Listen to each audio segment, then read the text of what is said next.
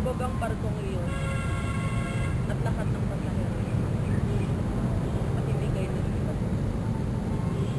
May kakaiba kapagkat naririto kayo.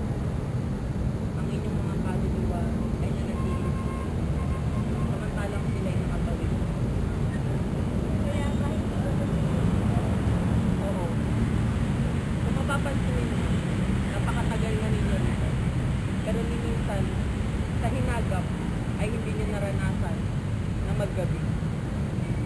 Kapagkat ang lugar na ito ay hindi na nasasaklaw ng oras at panahon.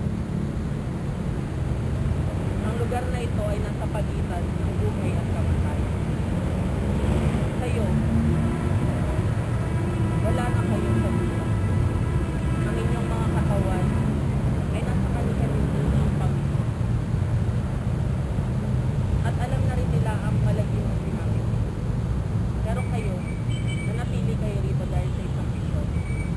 Yun ay ang tulungan ng inyong mga sarili. Tulungan ng inyong mga sariling makabangon. Makabangon sa mga hinarap ninyong problema. Sa mga dinadala ninyong problema. Ngayon, napatunayan ko na handa na kayong lahat. At alam ng Diyos na kaya na kayong patuloyin sa pintuan niya. Hali kayo at sumama na kayo sa akin. Itatawid ko na kayo. Ako ang magsisilbihin ng susi patungo sa kapayapaan